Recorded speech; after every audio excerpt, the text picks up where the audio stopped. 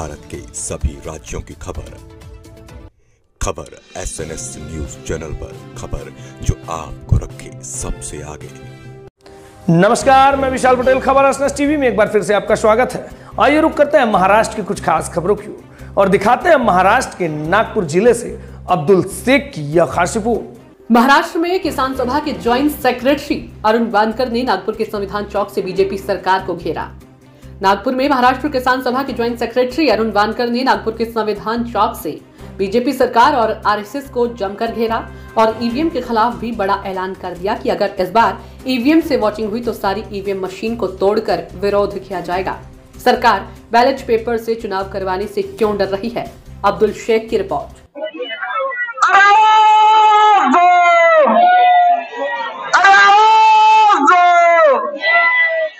मोदी सरकार मुर्दाबाद, ये ले लो। मोदी सरकार मुर्दाबाद, मोदी सरकार मुर्दाबाद। धन्यवाद सर्वांचा, जे जे सहभागी झाले या आंदोलनामध्ये तो सर्वांचा धन्यवाद। पुढे आदाब, नमस्कार, सत श्री अकाल। नागपुर से मैं अब्दुल शेख और आप देख रहे हैं SNS टीवी न्यूज।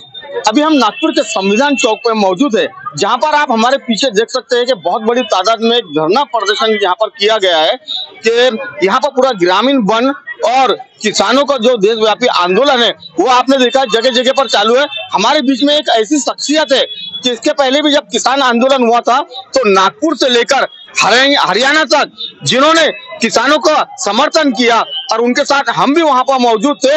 आज वो शख्सियत हमारे बीच में मौजूद है, अरुण वानकर जी। आइए हम देर न करते हुए सीधा उनका परिचय कराते हैं आपसे। सर, आपका SNS टीवी न्यूज में बहुत बहुत स्वागत है। सबसे पहले आपका परिचय दीजिए सर। शुक्रिया, आपने हमारी दखल ली। और मैं अरुण वानकर, महाराष्ट्र राज्य किसान सभा का महाराष्ट्र का ज्वाइंट सेक्रेटरी, नागपुर जिले का सेक्रेटरी हूँ। संयुक्त किसान मोर्चे का मैं संयोजक हूँ। आज का जो आंदोलन पूरे देश में नागपुर ग्रामीण भारत बंद और कामगार संगठनों की ओर से औद्योगिक हड़ताल, ये पूरे देश में बड़े पैमाने पर हो रही। कल हमको अखबारों में, मीडिया में दिखेगा आज भी कि कैसे बंद सफल हो रहा है करके। बहुत जगह रास्ता रोको आंदोलन हो रहे, रेल रोकी जा रही है, शहरों को बंद किया जा रहा है और लोग रास्ते पर उतर चुके हैं। आप हालात देखेंगे कि इस देश का मोदी राज आने के बाद जो अन्याय बरपा गया, जनता को लूटा जा रहा था, किसानों को लूटा जा रहा था, कामगार कायदों की तौहीन की जा रही थी, ऐसे हालात में अगर इस देश को रास्ता बताया तो वो किसान आंदोलन 2020 नवंबर में जब किसानों ने दिल्ली की ओर कूच किया और वो नवंबर दिसंबर 2021 तक चला, मोदी को घुटने टेकने पड़ा और वो 3 किसान विरोधी कायदे पीछे लेने पड़ा। कोई आंदोलन की एक मर्यादा होती, एक मांग पूरी कर ली, मगर MSP का जो सवाल था, हमी भाव का कायदा, वो पूरा नहीं किया सरकार ने और इससे उसके खिलाफ किसानों में खटखट थी। कामगार संगठनों के 29 कायदे रद्द करके 4 कोड बनाए गए जो पूंजीपति के हित के लिए, तो उनमें आक्रोश था। और हम देख रहे कि पेट्रोल डीजल गैस पर जो 9% का टैक्स था उसको 44% तक बढ़ाया गया, लूट की जा रही है। GST जो 18 से 28% टैक्स था उसके माध्यम से अभी अनाज पर और छात्रों के पाठ्य पुस्तकों पर GST लगाकर लूट की जा रही है। तो ये जनता के ध्यान में आ गया और इसलिए इस बंद को चारों तरफ से समर्थन हासिल है। हमारे आंगनवाड़ी सेविका को 54 दिन संप करने के बाद सिर्फ पेंशन ग्रेजुएट की बात होती है। हमारी आशा कर्मचारी है, अक्टूबर में 23 दिन संप करती है तो उसका आरोग्य मंत्री 7,000 मानधन बढ़ाने की बात करता है। और अब मुख्यमंत्री क्या बोलता है, 12 जनवरी से फिर उनको GR नहीं निकला तो उतरना पड़ा संप के लिए। मुख्यमंत्री बोलता है उसको पावर ही नहीं है आरोग्य मंत्री को।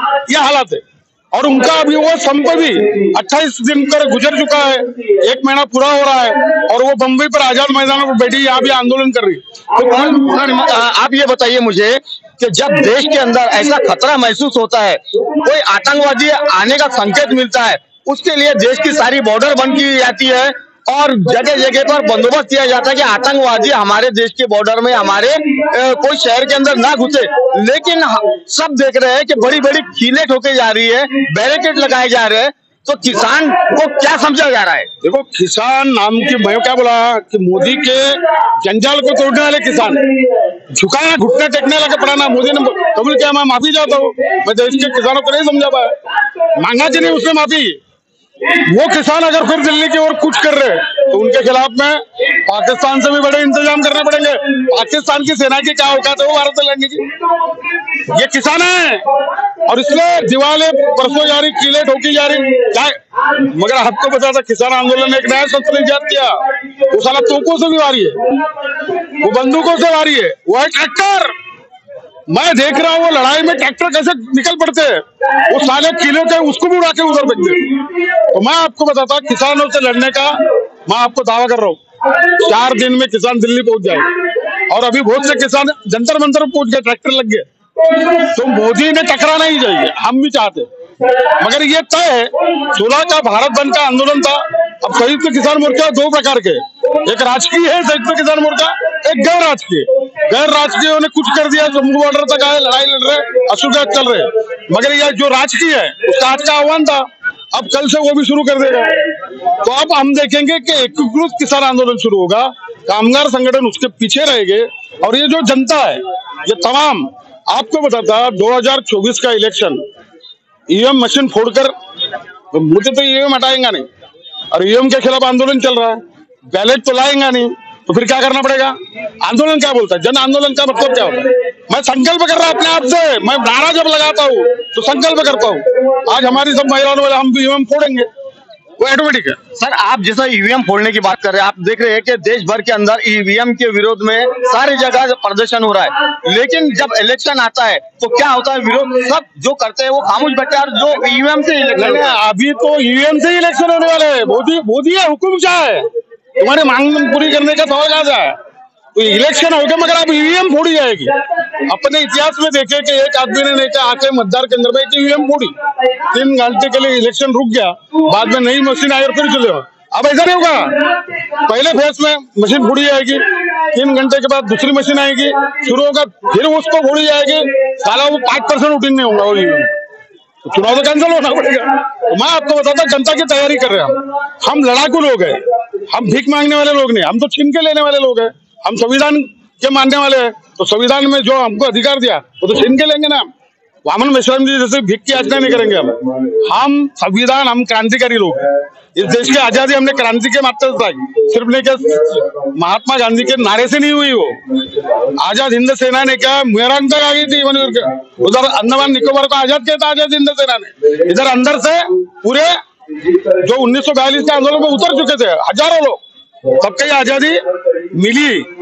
मगर वो आजादी मिलते वक्त भी अंग्रेजों ने चालाकी की, ये भाग्य अपने को बाबा साहेब आम्बेडकर जैसे नेता मिले अपने को, और संविधान कमेटी और एक संविधान मिल गया जिसने मनुस्मृति को हटाकर हमको लोकशाहीवादी संविधान दिया। तो आपको हमारे हाथ में पावर है, खा गए धोखा। बब्बन लोग बस उछाले, हजारों साल से राज कर रहे हैं, बना दिए चूतिया। 2014 में आ गए होंगे, मगर अब हम मनुस्मृति को जानते हैं, हमको शिक्षा का अधिकार मालूम है, हमारे अपने अधिकार मालूम है। अब मैं ये मड़का लगाऊंगा और पीछे में झाड़ू मांगे लगेंगे, ऐसा लग रहा है कि अब्दुल भाई अब तो साला जो लगाना उसको मारूंगा। और भैया भीमा कोरेगांव की लड़ाई है, 500 महार सेना ने सारा 2,500 वो पेशवा सेना को मार भगाया ना। हम तो शूर लोग हैं। तो अब ये नहीं होने वाला, अब लड़ाई होगी, मंजर होगा, खतरनाक संघर्ष होगा। एक तो चुनाव कैंसिल होगा, नहीं तो चुनाव में जीत इंडिया आघाड़ी हासिल करेगी, मोदी के खिलाफ के लोग हासिल करेंगे, यही चित्र है। तो देखिए आपने किसान आंदोलन प्लस शूर लोग प्लस ईवीएम, यहाँ पर जो हमारे बीच में अरुण वानकर जी है, इन्होंने एक बहुत बड़ा ऐलान किया है कि इस बार अगर इलेक्शन में ईवीएम मशीन का जो यूज उपयोग किया जाएगा, हम वो ईवीएम मशीन फोड़ेंगे। अगर एक फोड़ते हैं, दूसरी आती है तो दूसरी को फोड़ेंगे, तीसरी आती है तीसरी को फोड़ेंगे, लेकिन किसी भी हालत में हम ईवीएम से वोटिंग नहीं होने देंगे। ऐसा यहाँ पर आप देख सकते हैं अरुण वानकर जी का ये बयान है। तो जो भी अपडेट निकल के आएंगी एसएनएस टीवी आपको इससे रूबरू कराता रहेगा। तो इसी तरह बने रहिए और देखते रहिए।